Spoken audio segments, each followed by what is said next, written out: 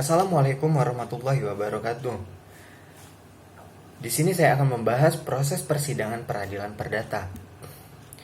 Sebelum masuk ke persidangan, penggugat atau melalui kuasa hukumnya mengajukan gugatan yang ditujukan kepada Ketua Pengadilan Negeri dengan beberapa kelengkapan atau syarat yang harus dipenuhi, yaitu A. Surat permohonan atau gugatan, dan B. Surat kuasa yang sudah dilegalisir apabila menggunakan advokat. Secara garis besar, proses persidangan perdata pada peradilan tingkat pertama di pengadilan negeri terdiri dari 4 tahap, yaitu sebagai berikut. Yang pertama, tahap mediasi. Pada hari sidang yang telah ditetapkan oleh majelis hakim, penggugat dan tergugat atau para pihak telah hadir, maka majelis hakim sebelum melanjutkan pemeriksaan wajib untuk mengusahakan upaya perdamaian dengan mediasi, yaitu suatu cara penyelesaian sengketa melalui proses perundingan untuk memperoleh kesepakatan para pihak dengan dibantu oleh mediator.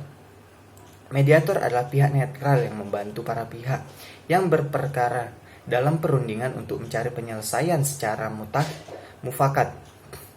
Mediator dapat merupakan seorang hakim pengadilan atau yang bukan memeriksa perkara, dan dapat juga merupakan seorang dari pihak lain yang sudah memiliki sertifikat sebagai mediator. Kewajiban mediasi ini diatur secara umum dalam pasal 130 HIR, secara khusus diatur secara lengkap dalam Peraturan Mahkamah Agung atau Perma Republik Indonesia Nomor 1 Tahun 2008 tentang prosedur mediasi di pengadilan. Kesempatan mediasi diberikan oleh majelis hakim selama 40 hari, dan apabila masih belum cukup, dapat diperpanjang selama 14 hari. Pada kesempatan tersebut, para pihak akan mengajukan apa yang menjadi tuntutannya secara berimbang untuk mendapatkan titik temu dalam penyelesaian sengketa secara win-win solution. Apabila dalam proses ini telah tercapai kesepakatan, maka dapat dituangkan dalam suatu akta perdamaian yang ditandatangani oleh para pihak dan diketahui oleh mediator. Akta kesepakatan ini disampaikan kepada majelis hakim untuk mendapatkan putusan perdamaian. Akan tetapi sebaliknya, jika dalam waktu tersebut tidak tercapai perdamaian dan kesepakatan, maka mediator akan membuat laporan kepada majelis hakim yang menyatakan mediasi telah gagal dilakukan.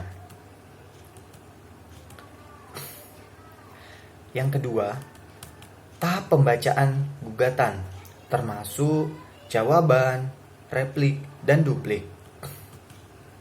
Dalam tahap ini, apabila majelis hakim telah mendapatkan pernyataan mediasi gagal dari mediator, maka pemeriksaan perkara akan dilanjutkan ke tahap kedua, yaitu pembacaan surat gugatan. Kesempatan pertama diberikan kepada pihak penggugat untuk membacakan surat gugatannya. Pihak penggugat pada tahap ini juga diberikan kesempatan untuk memperbaiki surat gugatannya apabila terdapat kesalahan-kesalahan, sepanjang tidak merubah pokok gugatan. Bahkan lebih dari itu, pihak penggugat dapat mencabut gugatannya. Kedua kesempatan tersebut diberikan sebelum tergugat mengajukan jawabannya. Setelah pembacaan surat gugatan, maka secara berimbang kesempatan kedua diberikan kepada pihak tergugat atau kuasanya untuk membacakan jawabannya. Jawaban yang dibacakan tersebut dapat berisikan hanya bertahan terhadap dalil-dalil gugatan itu saja, atau dapat juga berisikan bantahan dalam eksepsi dan dalam pokok perkara, bahkan lebih dari itu. Dalam jawaban dapat berisi dalam rekonvensi apabila pihak tergugat ingin menggugat balik pihak penggugat dalam perkara tersebut. Acara jawab-menjawab ini akan berlanjut sampai dengan replik dan pihak penggugat dan duplik dari pihak tergugat.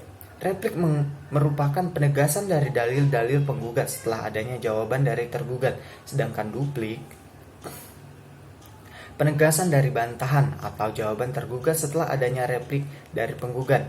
Dengan berlangsungnya acara jawab-menjawab ini sampai kepada duplik, akan menjadi jelas apa sebenarnya yang menjadi pokok perkara antara penggugat dan tergugat.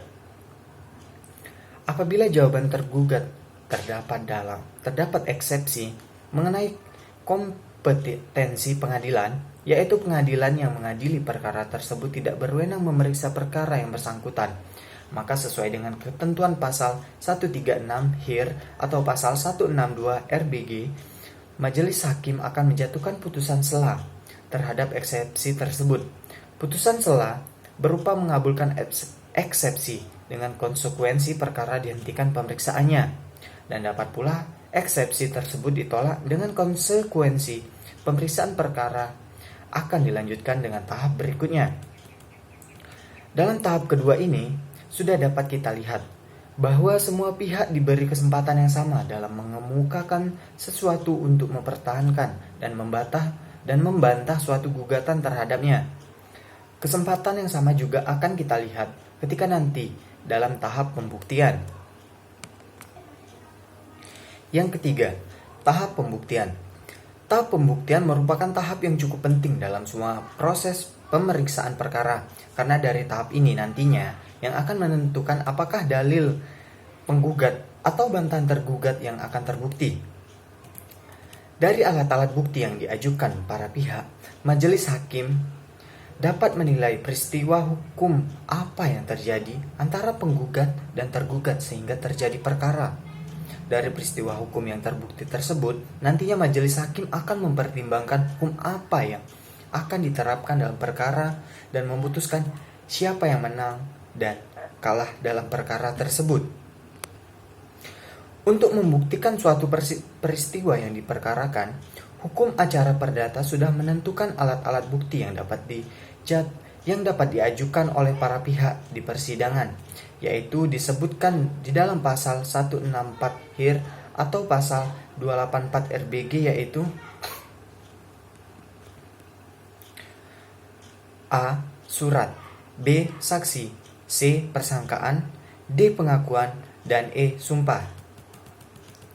Yang keempat, tahap kesimpulan. Pengajuan kesimpulan oleh para pihak setelah selesai acara pembuktian tidak diatur dalam HIR maupun dalam RBG. Akan tetapi, mengajukan kesimpulan ini timbul dalam praktek persidangan. Dengan demikian, sebenarnya jika ada pihak yang tidak mengajukan kesimpulan, merupakan hal yang diperbolehkan. Bahkan terkadang para pihak menyatakan secara tegas untuk tidak mengajukan kesimpulan. Akan tetapi, memohon kebijaksanaan hakim untuk memutus dengan seadil-adilnya. Sebenarnya kesempatan pengajuan kesimpulan sangat perlu dilaksanakan oleh kuasa hukum para pihak. Dikarenakan melalui kesimpulan inilah seorang kuasa hukum akan menganalisis dalil-dalil gugatannya atau dalil-dalil jawabannya melalui pembuktian yang didapatkan selama persidangan. Dari analisis yang dilakukan itu akan mendapatkan suatu kesimpulan apakah dalil gugatan terbukti atau tidak, dan kuasa penggugat memohon kepada majelis hakim agar gugatan dikabulkan. Sebaliknya, kuasa tergugat memohon kepada majelis hakim agar gugatan penggugat ditolak. Bagi majelis hakim yang akan memutuskan perkara, kesimpulan sangat membantu dalam merumuskan pertimbangan hukumnya. Majelis hakim akan menilai analisis hukum kesimpulan yang dibuat oleh kuasa hukum para pihak dan akan dijadikan bahan pertimbangan dalam putusan. Apabila analisis tersebut cukup rasional dan berjalan dan beralasan hukum. Dan yang terakhir, tahap putusan. Setelah melalui beberapa proses dan tahapan persidangan, maka sampailah pada proses dan tahapan terakhir, yaitu pembacaan putusan. Menurut Sudikmo Mertokusumo, putusan hakim adalah suatu pernyataan yang oleh hakim sebagai pejabat negara yang diberi wewenang untuk itu, diucapkan di persidangan dan bertujuan untuk mengakhiri atau menyelesaikan suatu perkara atau sengketa antara para pihak. Selanjutnya dikatakan bahwa suatu putusan hakim terdiri dari 4 bagian, yaitu A. Kepala putusan, B. Identitas para pihak, C. Pertimbangan, dan D. Amar. Setiap putusan pengadilan haruslah mempunyai kepala pada bagian atas putusan yang berbunyi, demi keadilan berdasarkan ketuhanan yang Maha Esa. Kepala putusan ini memberikan kekuatan eksekutorial pada putusan. Selain kepala putusan pada halaman pertama dari putusan, juga dicantumkan identitas para pihak, yaitu pihak penggugat dan pihak tergugat, secara lengkap sesuai dengan surat gugatan dari penggugat. Selanjutnya, di dalam putusan perkara, perdata memuat pertimbangan. Pertimbangan ini dibagi menjadi dua, yaitu pertimbangan tentang duduknya perkara dan pertimbangan tentang hukumnya. Dalam rumusan putusan sering dibuat dengan huruf kapital dengan judul tentang duduknya perkara dan tentang pertimbangan hukum. Dalam pertimbangan tentang duduknya perkara memuat isi surat gugatan penggugat, isi surat jawaban tergugat yang ditulis secara lengkap, alat-alat bukti yang diperiksa di persidangan, baik alat bukti dari pihak penggugat maupun alat bukti dari pihak tergugat. Jika terdapat saksi yang diperiksa, maka nama saksi dan seluruh keterangan saksi tersebut dicantumkan dalam pertimbangan ini. Sedangkan pertimbangan hukum suatu putusan perkara perdata adalah merupakan pekerjaan ilmiah dari seorang hakim. Karena melalui pertimbangan hukum inilah, hakim akan menerapkan hukum ke dalam peristiwa konkret dengan menggunakan logika hukum. Biasanya pertimbangan hukum ini diuraikan secara sistematis, dimulai dengan mempertimbangkan dalil-dalil gugatan yang sudah terbukti kebenarannya karena sudah diakui oleh tergugat atau setidak-tidaknya tidak dibantah oleh tergugat. Setelah merumuskan hal yang telah terbukti tersebut, lalu akan dirumuskan pokok perkara berdasarkan bantahan tergugat. Pokok perkara akan dianalisis melalui bukti-bukti yang diajukan oleh para pihak. Pertama, akan diuji dengan bukti surat atau akta otentik atau di bawah tangan yang diakui kebenarannya. Bukti surat tersebut juga akan dikonfrontir dengan keterangan saksi-saksi yang sudah didengar keterangannya. Dengan cara demikian, maka hakim akan mendapatkan kesimpulan dalam pokok perkara, mana yang benar di antara dalil penggugat atau dalilnya tergugat. Bila yang benar menurut pertimbangan hukum adalah dalil penggugat, maka gugatan akan dikabulkan dan pihak penggugat adalah pihak yang menang perkara. Sebaliknya, berdasarkan pertimbangan hukum, putusan dalil-dalil gugatan penggugat tidak terbukti dan justru dalil jawaban tergugat yang terbukti, maka gugatan akan ditolak sehingga pihak tergugat yang menang dalam perkara tersebut.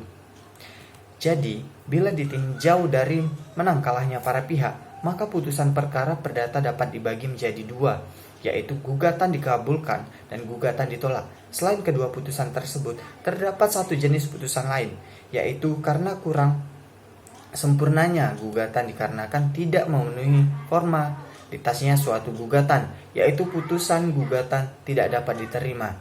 Setelah putusan diucapkan oleh hakim, maka kepada para pihak diberitahukan akan haknya untuk mengajukan upaya hukum jika tidak menerima putusan tersebut. Sekian penjelasan singkat dari saya ucapkan terima kasih. Wassalamualaikum warahmatullahi wabarakatuh.